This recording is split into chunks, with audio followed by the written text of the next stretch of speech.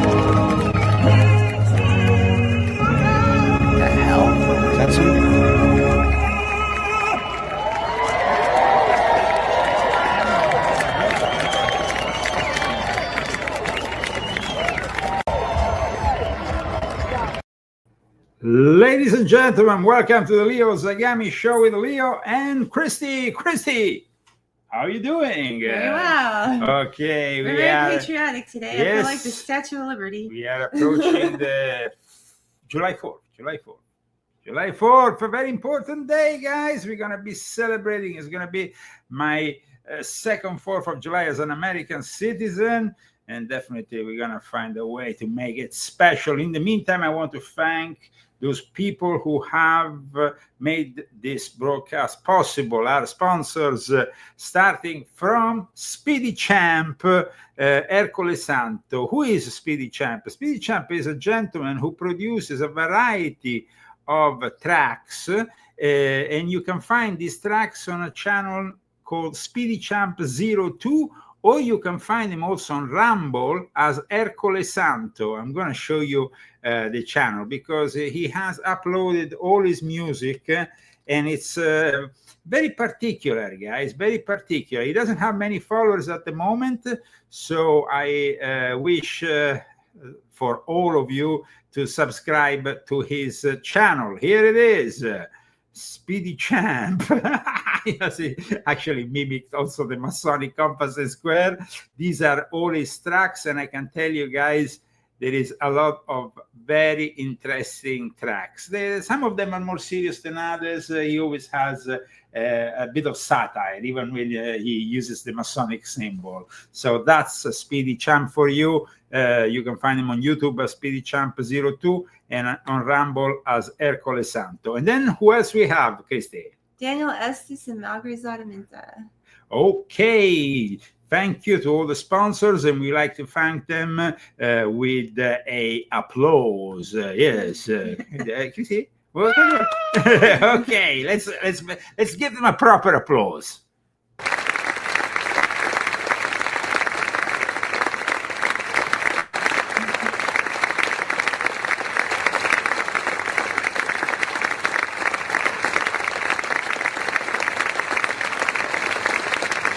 So thank you to all our sponsors, and thanks also to all the people who have purchased all my books and also Christy's books. My latest book is, of course, a must. You can read it without reading the other ones. You can start from volume 12. Then you see how you find yourself. This is History, Secret Societies, and the Politics of the Jesuit New World Order and the Luciferian Court, which, of course, has a very vast presence in China. And it's in China we are going today for a big event. It's called the Summer Davos. It started back in 2007 when Klaus Schwab made a deal with the Chinese Communist Party. And I've been talking about this for years in my books, and in particular, Confessions of an Illuminati Volume 7, from the Occult Roots of the Great Reset to the Populist Roots of the Great Reject, which is a very important book. And also talking about Cyber Satan and Davos, Volume 9 is another very important book. But China and the Jesuits are also a topic of my latest book. So there is a lot of my books dedicated to this subject. Right on the topic. Right on the topic. You're very relevant. Now, guys, this is actually an event that hasn't really been publicized much by the Western media. The guy who has somehow taken the place of Klaus Schwab is a Norwegian who used to be the foreign minister of Norway, Børge Brende, who is a member of the steering committee that governs the foundation of the Bilderberg meetings, the committee that selects the participants to the Bilderberg meetings, the meeting program, everything. And so Børge Brende has also had a relevant role in Norwegian politics with other ministries, let's say, other places of relevance as a lawmaker. He was involved in Norwegian politics from the late 90s to 2009. So I actually met him a couple of times because Oslo is a very small place. But this is what he said to Chinese TV about this event that has just finished on Thursday and that took place this week. A very important event, guys, because Summer Davos is almost like the Chinese Communist Party has got the World Economic Forum brand from Klaus Schwab in order to cover up the fact that, of course, it's very much under the influence of the Chinese Communist Party to make it a little bit more, westernized, let's say. But these are the topics that have been discussed. Børge Brende is, of course, the guy who is taking the place of Klaus Schwab after Klaus Schwab has been involved in some kind of scandal, Imagine. Yeah, another scandal. Well, spending improperly the funds of the of the World Economic Forum. So I guess that is doesn't he have enough money? I don't know, but guys, we have a lot of news today. So first of all, let's go to Summer Davos, and we do it with the words of the guy who is probably the most illustrious member at the moment. He has been the president of the World Economic Forum and the CEO since 2017. He has he stood, behind Klaus Schwab, because Klaus Schwab, of course, is the founder, is the guy everybody knows. But now, of course, he is having his key moment. Mr. President, always a pleasure to see you. Likewise, and great to be back in Tianjin and in China. We understand the Middle East situation continues to get worse as more stakeholders are getting into quote-unquote the war. Now, your immediate response where you are gathering the stakeholders together at the Summer Davos. So I have to say that the geopolitical backdrop that this meeting is happening against is the most volatile and complicated in the 15 years we have had Summer Davos in China, and maybe the most complicated since 1945. And we hope for also a de-escalation in the Middle East, so we don't see a full-fledged war.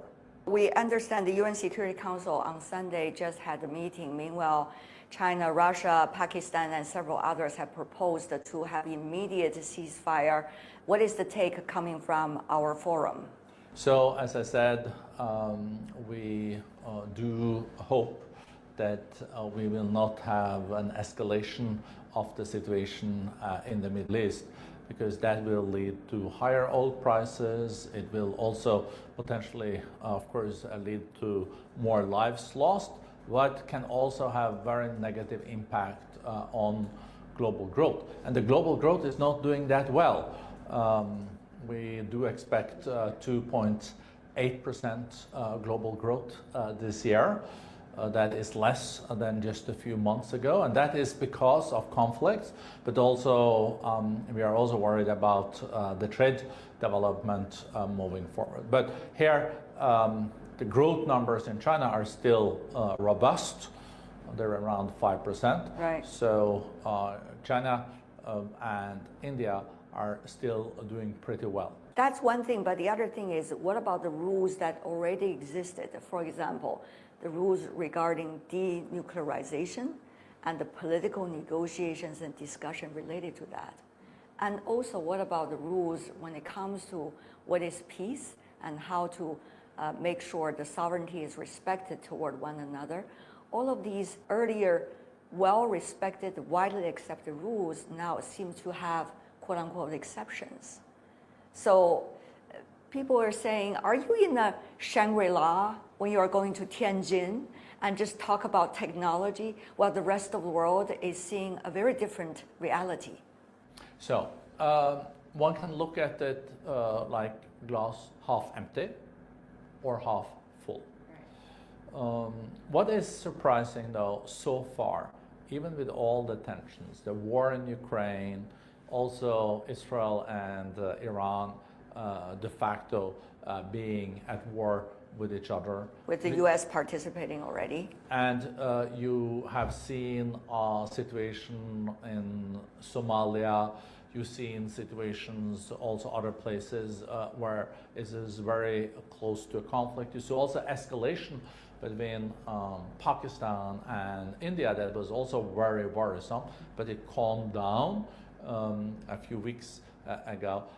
What has been surprising though is that all this geopolitical tension has not led so far to a situation where we have seen a recession, that global growth and the global economy has contracted.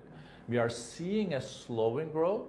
Let's see how increased oil prices will also influence this. We also will see how the global trade potential wars will influence on this. But if we, in addition to the conflicts we're seeing today, get into a situation where the global growth will not be there and you see a contraction, there's so little fiscal space for countries to face that, because many countries are so indebted. There's no ammunition. So let's see. If you ask me, I still do hope and think there is a possibility for a de-escalation when it comes to the wars, to find a path towards peace in the Middle East, but also in Ukraine, and that there is a way to work together also so you avoid trade wars. And based on that, the new technologies can increase productivity.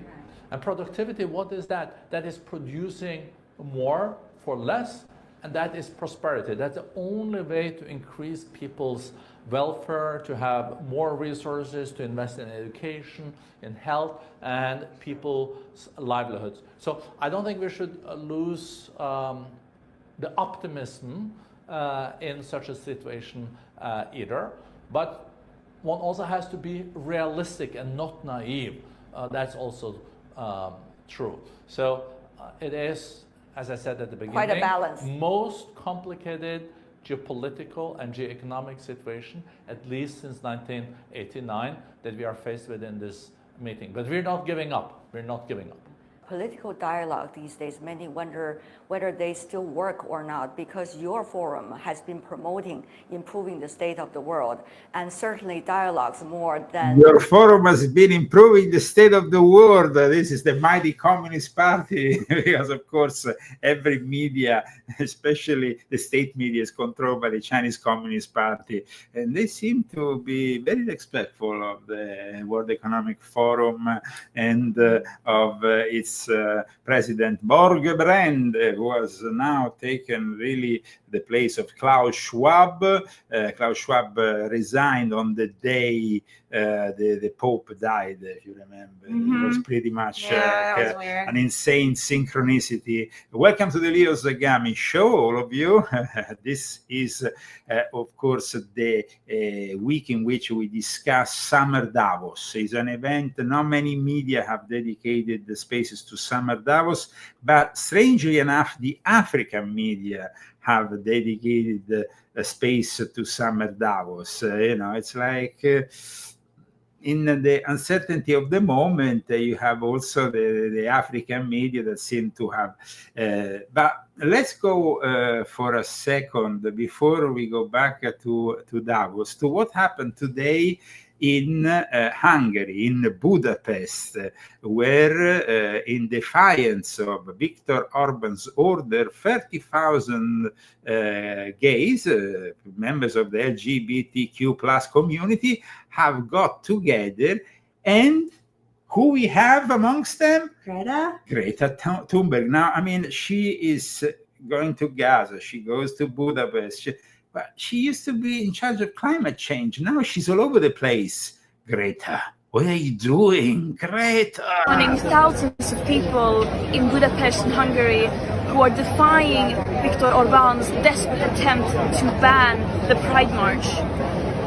Pride is both a protest but also a celebration of love and who we are. This is yet another fascist attack on human rights, but you cannot ban love. So I hope to see you all on the streets. Oh my God. can't get away from her. She's just such a pest. She's just such a pest. Like Trump said, she needs to see a good psychologist. This it's a boy, somebody says. I don't know, but guys, we are in a situation in which we have maybe a future mayor of New York who wants to invest. He wants to defund, of course, the police, but he wants to invest on gender change, even for children. Yeah, that's what Zoran Mandani, the new Shia communist. No, don't vote for him, New Yorkers. What is wrong with you? Said beyond saying that we're going to make this a sanctuary city for LGBTQIA plus New Yorkers, beyond saying that we're going to establish an office of LGBTQIA plus affairs, is also that we're going to provide $65 million in funding for gender-affirming care, the same amount of funding that the federal government threatened to pull out from local providers for that kind of work. And in this moment especially, if we want to fight the Trump administration, we have to do so by fully funding our own services, taxing the wealthiest New Yorkers and corporations here. So you want to fight the Trump administration by funding the gender mutilation of your children, because that's what it is. This is insanity, guys. I mean, if this guy gets elected, I'll never be going to New York. I mean, it's just like insane. I don't mind the mayor right now.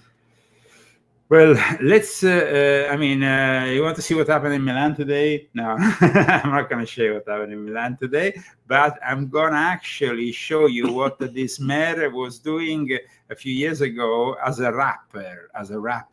Oh. Make a sound for you. Go ahead, make a rap for your nanny. It's a rap. Get the guap, spin the rack on your nanny. Spin the rack. Con through, give a dab to your nanny. If you really feeling good, spin a track for your nanny. Oh, That's just lovely. Look at his look. Whatever. these guys are they're one more sick than the other. I mean, definitely Greta Thunberg will find herself well in New York with this kind of mayor. There was also today the Gay Pride in Milan. With È importante essere qui al Pride. It's very important for them to be there, but why show the children in the streets of Milan this kind of look? And it was fueled by drag queens, of course, some mimicking even Marilyn, some, of course, fallen angels of sorts. Guys, one good thing about the month of July, it's the end of the month of June, which has been dedicated to the gay pride, which is becoming just propaganda on propaganda on propaganda. It's unsustainable because, I mean, one day is okay. I remember back in the night, one day in London, it's okay, one day. Now it's 1 month of constant brainwashing, left, right, and center. And it's becoming really something that is disturbing, to say the least.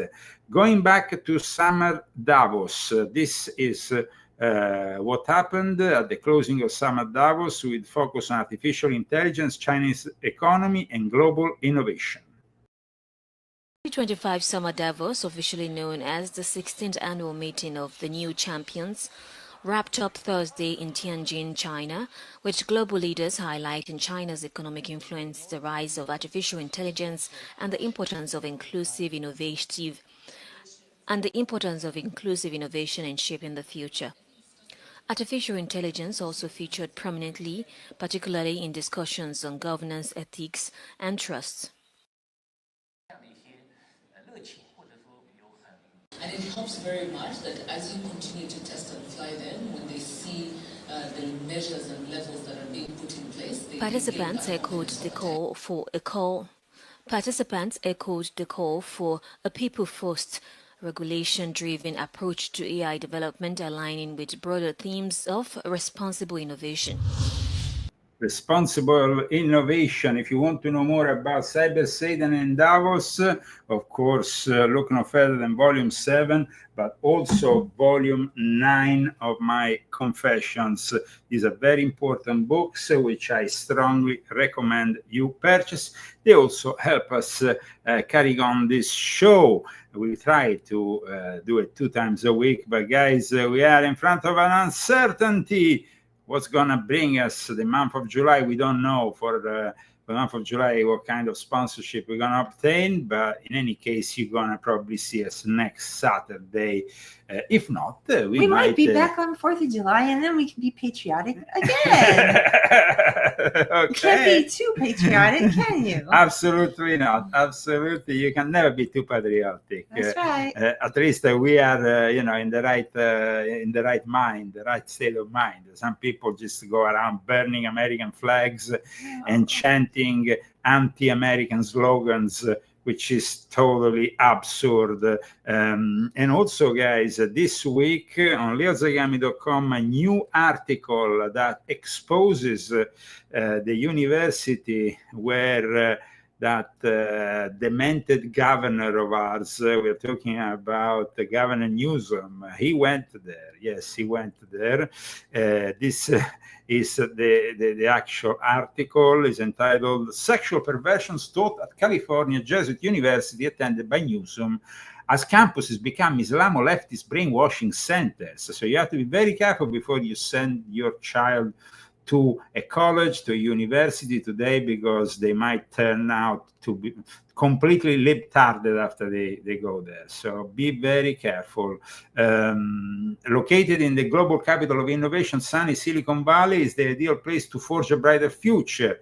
This is what they say about Santa Clara University. In reality, this lady, which we see here, she had to leave the university because she was forced into some obscene lectures, and also well, it was required. It was required. So, Chrissy, can you read this paragraph here from this article of mine? Naomi Epps-Best, a graduate student, was recently expelled from her internship program at Santa Clara University after she exposed it for requiring counseling students to consume sadomasochistic pornography, and submit a sexual autobiography, a violation of the American Psychological Association's Ethics Code. As pointed out by biblical scholar and journalist Jules Gomes in a recent article, he also adds, in a heartfelt video shared on X last Friday, 26-year-old Naomi Epps Best expressed her distress over being fired from one of her internships as part of the counseling program at Santa Clara University, an institution that trumpets its commitment to the Catholic Church.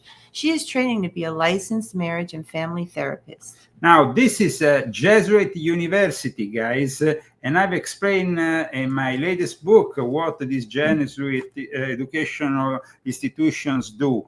They literally brainwash people and they force them into perversion, because when this whole thing arrived in the mainstream media, there is even, if you go on YouTube, an interview with her where she exposed, I was forced, she said. And then there was a couple of articles that were published about all this on the Wall Street Journal that revealed her whole experience in the infamous Jesuit program. They actually didn't, retract or say, well, we were wrong. The Jesuit university stands by course sexual bondage video and requires sexual autobiography. This is what the National Catholic Register said. I mean, it's insane. The Jesuits are completely insane. Yeah. I mean, they force you to watch and to learn about perversions because they are perverts. And then, I mean, what kind of advantage can a future person who is supposed to become a counselor of sorts, a licensed marriage and family therapist, basically. She was training to become a licensed marriage and family therapist. What kind of advantage you have in learning about such perversions? Is in the sick mind of the Jesuits, and of course, the most eminent student of this university is none other than Gavin Newsom, who praised this university, stating that everything he learned about independent thinking was from this university. Gavin Newsom is really the worst politician in the United States of America. So this is what the Jesuits want. The fact that Trump rejected their beliefs and how he rejected their beliefs is, of course, explained in volume 12 of my Confessions, because way too often we hear people saying, oh, but Trump went to Fordham University. He went for 2 years, but this very clearly explains how he didn't join the two secret societies on campuses and he rejected their beliefs, making them very angry about it also.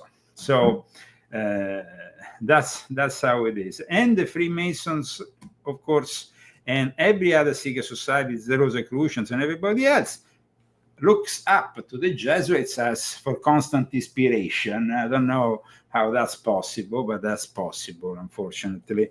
Now, let's move forward, because we are discussing what happened this week at Summer Davos, and this is Borge Brand, the guy who is in charge of things over there, who's telling us all about it.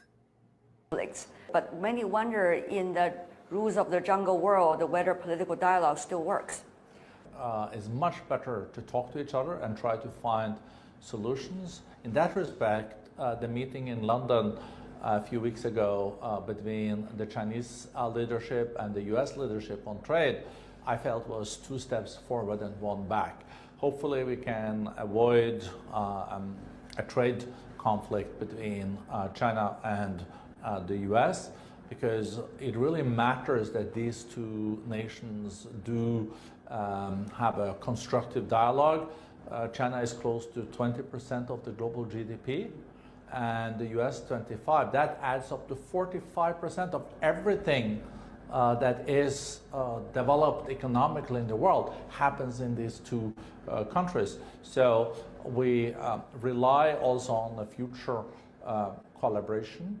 Still, China, with its 5% growth, is contributing to more than 30% of the overall global growth. that says something about how big the Chinese economy is, but it also says something about that there is growth in this country, contrary to some other countries that we don't see this kind of. It's kind of strange, you know, how during the winter, when they are in Davos, Switzerland, the whole thing is based on the war economy, on the war against Russia, on supporting Zelensky, and all this BS. And when they go in their summer mode, they become instead pro-China, which works with Russia, which helps Russia against Ukraine. And so this really shows you what kind of joke this whole thing is.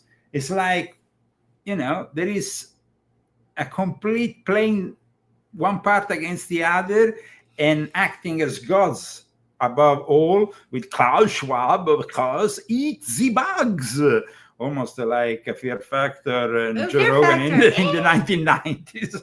You've been watching that. Yeah, going back to Joe Rogan in the 1990s is quite illuminating, I must say.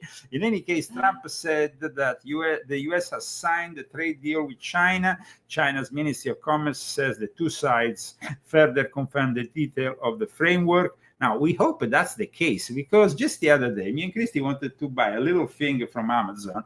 And the moment you check out, it's... Which little thing was this? Well, that was this the little thing at the entrance. Oh, yeah. And so... Oh, yeah. And when we go into the checkout mode, the price goes from $20 to $40. Yeah. It's crazy. Yeah. It's like the tariffs make it impossible to buy Chinese stuff because it's so expensive. Yeah. And it was just a little what? It's just like I was trying to find what was that? A Knights Templar thing. Like a welcome mat? Like, yeah, something like that. I mean, there's something that cost $20 and now suddenly it's $40. Well, it was $14 and it became $39. Okay, yeah, I mean, so it's insane. It was like shipping costs. So. Well, it's tariffs. It's tariffs. So that's how it is. But I mean, China's answer to the winter version of Davos, this summer Davos, meeting of the new champions, they call it, and it's of course their own version of the New World Order, and it's built to advance Beijing's long-term plan to dismantle the US-led international order and push towards, as the president says, a multipolar world. Tariff issue, one country against the rest of the world, has been the top concern for business communities, which is one of the key stakeholders of the World Economic Forum you are engaging with. So what do you make of that from the forum's perspective? And meanwhile, are we going to have to deal with it as long as the most powerful just do whatever they want? We are at the crossroads. In many ways, we are at the crossroads like we were in 1917, like we were in 1945, and we do hope it's more like 1945 now instead of 1917, that countries also find ways of working together, maybe differently than from the past. I think many of the multilateral organizations do have to reform, but we do hope for a multipolarish world, but also with multilateralism. There needs to be some rules in this. The negotiations is just a very baby step at this moment. And the trade negotiation, as you know very well, takes tremendous amount of time. And many wonder what would that mean during this transition if we could use that very diplomatic word. We haven't seen these low growth numbers in trade for a long time. When it comes to trade in goods and merchandise, manufactured goods, we can even see a contraction this year. It's and this used to be the engine behind the growth for decades. But trade is also at the same time changing. We are seeing now more growth, 2 to 3 times stronger growth in services and digital trade and technology than we're seeing in traditional manufacturing of goods. So countries are pivoting. We're also seeing that China is now going much more for technology. We're seeing this year only China will produce 40% more electrical vehicles than last year. That shows that also China is now reforming. And China is also less relying on US as an export market. 10 years ago, 20% of the Chinese export went to the US. Today, the number is 12%. So 88% of the Chinese export goes to other countries than the US. So these two countries still rely a lot on each other, but they also already have diversified. But it is a challenging period, especially for countries that have based also their growth on export. And I think that's one of the reasons why China is also now saying that it is putting more efforts into Gen AI technology, producing higher up in the value chain.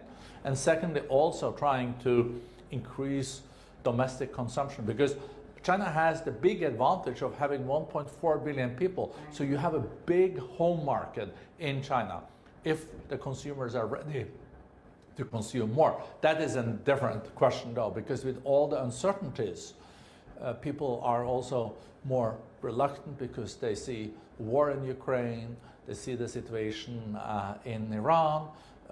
So it's a complex situation. But many people are... It's a complex situation. In the meantime, 1,700 people have participated to this event, the so-called Summer Davos. People from 90 different countries. For this annual meeting, they find us the new champions. They are the new champions of globalism, that's for sure. It is an event that has been taking place for many years that mixes the worst of the worst, because you have, of course, the Illuminati of Davos, which is the topic of Volume 7, together with China, with the Chinese Communist Party. And altogether, they are, of course, very much anti-Trumpian in essence. So this year, there was a lot of discussions in regards to a new way, a new approach. And I have discussed, of course, the vast history of China and the Jesuits, and also the Age of Enlightenment. But from the Age of Enlightenment, we have a lot to learn with the Chinese giving us the art of war of Sun Tzu. And we, in turn, we gave them astronomy, we gave them some of our mathematics, and we gave them a lot, but also we helped them financing this globalization, because in my book I explain how Shanghai was financed by the Jesuits with money coming from France, how these ports and this place where they have been meeting is also a very important port, which is to be found in the north of China. It's in a place called Tianjin, and Tianjin is a port in the north of China. Let me show you an article, that one of the rare articles about this event. It says turmoil and trade wars dominate China's Summer Davos. And here it talks about a bit of what is going on. Please, Christine. Oil prices have hit their lowest in 2 weeks after Israel agreed to U.S. President Donald Trump's proposal for a ceasefire with Iran. But business leaders at a key economic meeting in the northern Chinese port city of Tianjin find themselves troubled by the state of the global economy and the prospect of meaningful growth. The rapid escalation of the conflict between Iran and Israel, which has now pulled in the United States, temporarily replaced trade, tariffs, and inflation at the top of a long list of concerns with far-reaching consequences. So let me show you also how the Chinese government intervened directly during the event to give their own prospect for a new era. This is what they said. For the new era from 5 dimensions, including the global economy, China's outlook, and the shifting industries. The forum will hold forward-looking and pragmatic dialogue and seek new pathways and new models that drives growth with entrepreneurial spirit. It is of special importance for all parties working together to tackle global challenges and seizing the new opportunities afforded by sci-tech transformation and working towards the same direction. Tianjin, a charming and dynamic city that merges Chinese and Western elements,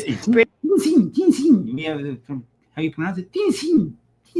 bridges past and present, and features openness, inclusiveness, and enterprising spirit. In an important speech by President Xi in his inspection to Tianjin in February last year, he stressed that Tianjin needs to forge ahead and make progress in terms of developing new quality productive forces and in further deepening reform and opening up comprehensively. This will inject strong momentum to its open and innovative development. We have a deep understanding and have followed the internal requirements of sci-tech and industrial innovation. We continue to improve the policy, legal framework, and the social environment for innovation. We have built up a multidimensional matchmaking mechanism where innovation institutions and companies can empower each other. We also seek to build vicious cycle between sci-tech, industry, finance, and talent. We deeply understand and follow the inherent laws of market laws. We coordinate the roles of an efficient market and an effective government. We fully respect the market's decisive role and attach great importance and encourage the unique role of entrepreneurs in terms of innovative development and resource allocation. We work hard to foster a market-oriented, law-based, and world-class business environment. We encourage innovative and industrial resources to value Tianjin as a good destination and enhance cooperation with us. We deeply understand and act on the value of win-win cooperation. We work actively to integrate into the new development paradigm of domestic and international dual circulation. We have further facilitated trade and investment with innovative policies that build industry strength, such as free trade pilot zones, national development zones, national innovation demonstration zones, and comprehensive bonded zones, so as to make ourselves more attractive to high-end resources from in and outside the region, and work together with our partners to make the pie bigger. Ladies and gentlemen, friends, innovation and intelligence are the keys to a new era. Tianjin is the pioneer of China's reform and opening up. We have always been in sync with the new era and open our arms to new champions. We sincerely hope that more and more new champions can work together with Tianjin, start businesses in Tianjin, and foster dynamism for innovation. Yes, as somebody said in the chat, the female narrator sounds like she's in duress, hoping not to screw up for her masters. Absolutely. She might get 50 whips if she screws up for her masters. I mean, you're talking about the Chinese Communist Party, and one of their most important events that brings together the Western and the Eastern Illuminati. For them, you can't screw that up. It's very important, absolutely. But here we go. If you want to know more about what connects China with the Illuminati and, of course, the Jesuits, this book says it all. It's volume 12 of my Confessions, which is currently a bestseller, and it's definitely a book that should be in your library. We are broadcasting live from Palm Springs, California, and this was a week in which, of course, the supreme leader of Iran reappeared. We just had, though, these funerals, the state funerals for all the various victims that were killed, but he was nowhere to be seen. Now, he's not been seen in public since June 11th. And when he showed himself, he was really rambling on with some information that was completely not accurate. I mean, the guy himself was saying that America has been defeated, that this and that. I mean, this murderous thug is completely, I think he has the Joe Biden syndrome. Check him out. چند تبریک به ملت عرض میکنم. یکی I should congratulate the people. I should, for what? که پیروزی بر رژیم جعلی صهیونی است. با اون همه هیاهو، با اون همه ادعا. I mean, either he smoked the biggest joint in the history of joints, or otherwise the guy is half dead. What do you think, Christine? Wow. Plus, he said that basically Trump's bombing didn't do anything, and that he has slapped in the face the United States of America. It was much more realistic. Instead, the Iranian foreign minister, who at least admits, and I mean, I think that now the Iranian foreign minister went to Moscow, talked with Putin talked with Trump, and they said, just let this guy talk. He's an old folk. He's an idiot. He's just like, he rambles on. Just let him do his thing. He's half dead. صهیونی در زیر ضربات جمهوری اسلامی تقریباً از پا در آمد. He was nowhere to be seen. I repeat, today at the state funerals, people are starting to wonder what's happened to the supreme leader. Somebody says, Leo is clueless on Israel again. Sure, why don't you hang around with your friends in Iran? Actually, you should hang around with Hamas, with Hezbollah, with the Houthis, and you can all destroy the West and rape your daughters, your wife, and all your female friends.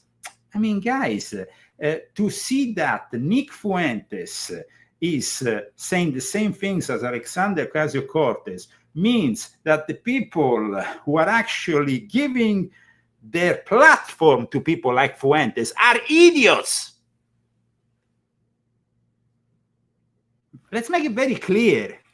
He is condemning Israel in the same way Alexander Ocasio-Cortez. You are in line with the possible new mayor of New York. Oh my God, no. Fuentes. What kind of right-wing guy you are? You are a leftist. Whoever is supporting Iran or any other terrorist force against Israel at the moment is an Islamo-communist. And so people that come in the chat, like we have a gentleman here now in the chat who supports all these Muslims, should maybe read volume 10 of my Confessions, because volume 10 of my Confessions at least gives you an objective look. In fact, it has 5 stars, and it has even the praises of sheikhs from the Muslims world. They couldn't debunk it. This book, volume 10, is the book you need to read instead than blather on some anti-Semitic rants. Let me remind you guys that it was the uncle of Arafat who inspired the Holocaust, and it was the Nazis who went after the Second World War in the Middle East and then reformulated and recreated themselves with under fake Muslim names, because they were Nazis from Germany, but suddenly they were like working in the Ministry of Information in Egypt and in other places in the Middle East. They recycled themselves and they spew more anti-Jewish and anti-Semitic stuff. Of course, that is at the basis of all this whole thing. People might not know history, and so they ignore it. But let me remind you, if Nick Fuentes is saying the same things as Alexander Ocasio-Cortez, then it means you have some serious problems. And if you are opposing Donald J. Trump and his view on the Middle East, then it means you have some very serious problems. No? Agreed. That's how it is. But of course, all opinions are welcome, and we will keep on giving you our take on things. It might be a take not everybody shares, but guys, we are living in the age of insanity. Just check out this drag queen who reported the weather for NBC in Maine. She looks like an ice skater.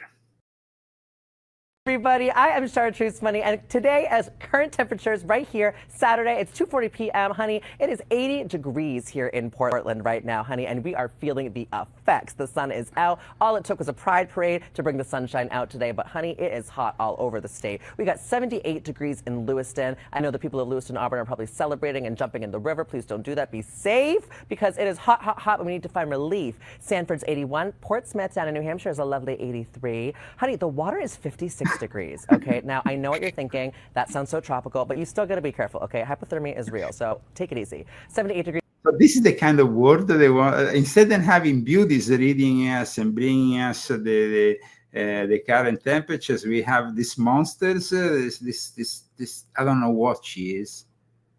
I mean, somebody said I can't unsee that creature. Well, yeah.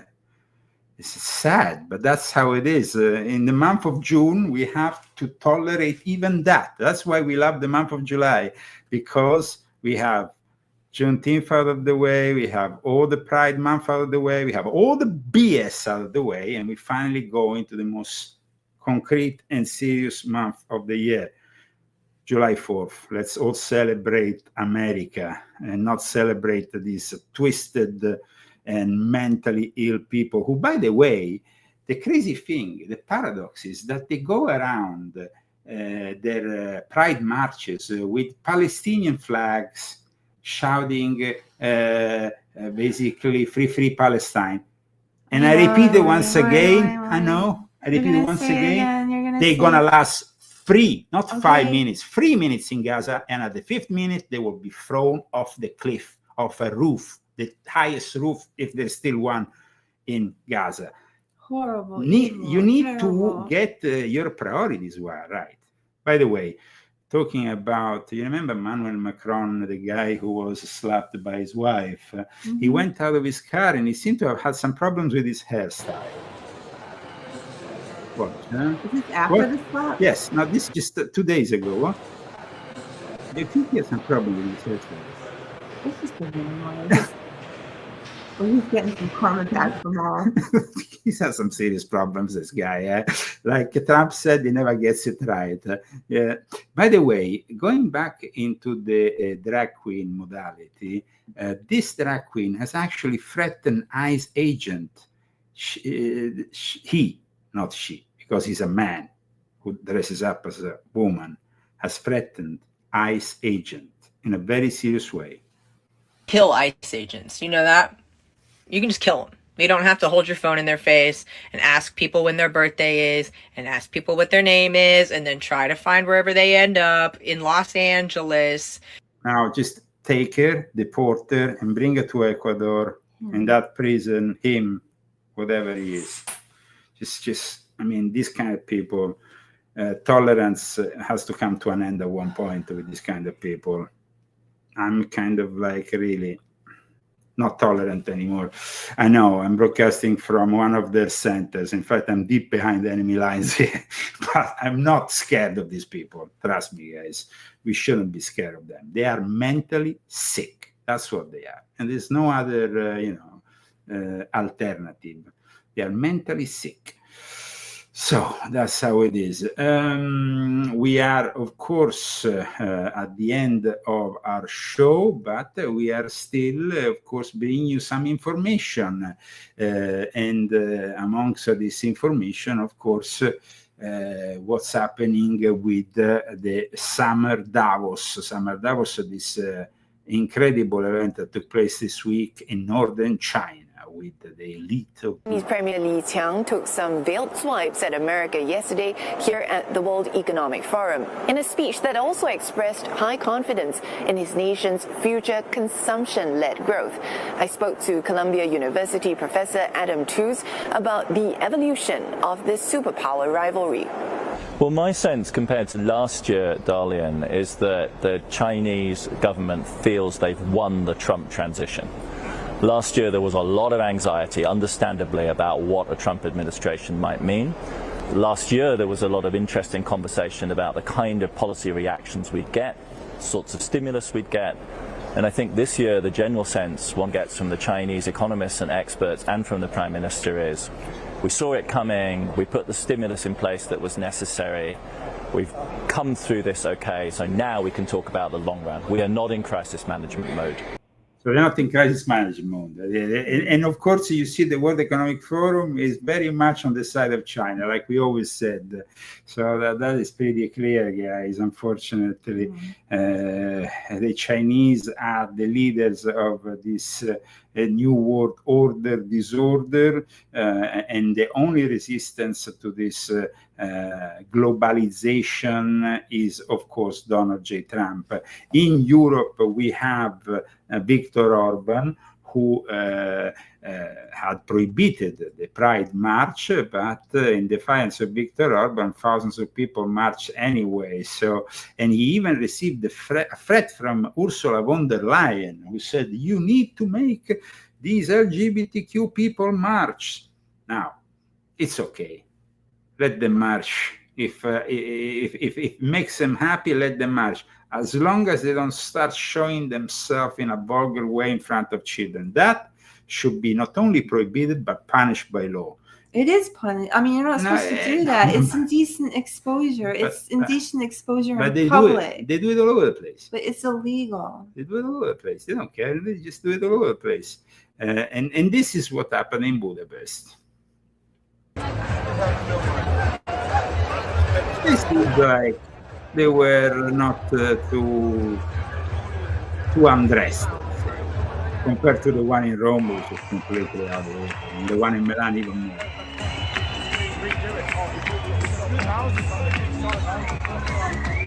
The Western world wants this. This is what the Western world wants. It seems well. I mean, it seems like that's what they're pushing, you know. And the paradox, it's represented better than anybody else by this moron who is now a candidate for mayor of New York City. I mean, the fact that you can be a Shia Muslim and at the same time you can support gender reassignment, and at the same time you are a communist. Come on, New York, do better. Of course, some people. I'm praying for you. Some people have denounced Zoran Mamdani, and they did it with a video. This is it. In 2017, Zoran Mamdani released a rap track that praised 5 convicted Hamas funders known as the Holy Land Five. Now he wants to run New York.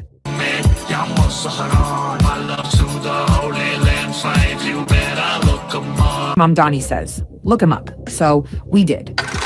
These 5 men were convicted of funneling over $12 million to Hamas, a U.S. designated terrorist organization responsible for the murder, rape, and kidnapping of civilians, including Americans. Mamdani sent his love to convicted Hamas funders. Let that sink in.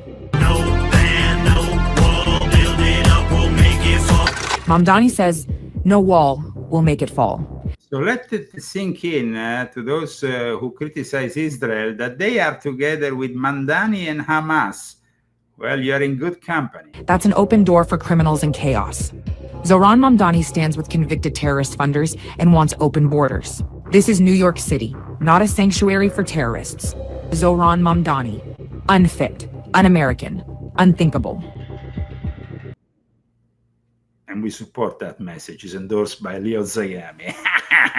Okay, guys, thank you so much for following us today.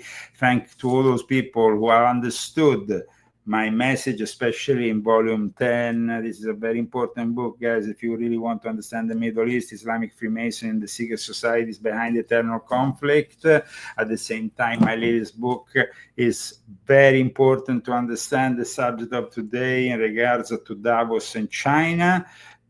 And if you want to then cook yourself a great recipe from this book, the Zagami Family Cookbook, I tell you, there's a lot of stuff here. Today we made pizza, fantastic pizza recipe. He's the topper. He's still a topper. I'm still the topper. He's enjoying his new profession. Yes, I am advised by Christy to use extravagant amounts of pecorino for the pizza, not the margherita one, though. The margherita one is perfect, no? Well, I don't want to say, Amari, because I was a bit too critical today. Okay. I need to taste it when I'm hungrier. Okay, perfect. So let's go and eat the leftovers. Look and, what I have. oh, Are you ready? Are you yes, ready? we are ready. Ladies and gentlemen, we are ready. Happy 4th of July. Yes, and of course we're gonna celebrate with Vincenzo Viceversa. Medieval, the track from the guy who makes all our fantastic book covers, and we're gonna be dancing to it right here, right now. Yes. Right here, right now. Right here, right now. Way! It's where Happy I 4th of wanna July! In that time, our world has taken so many steps in the wrong direction.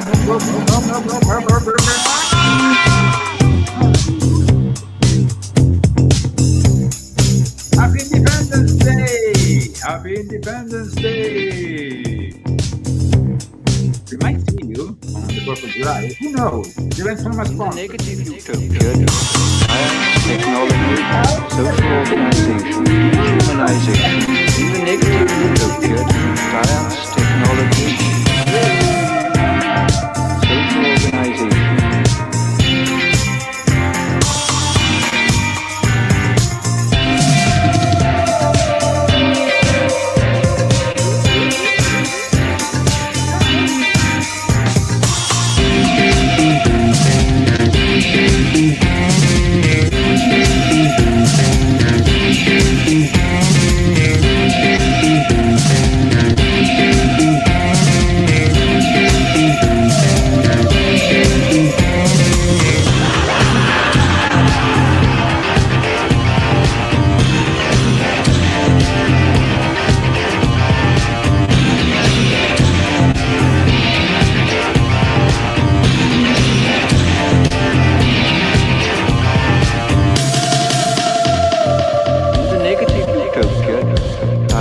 Technology, social organization, dehumanization.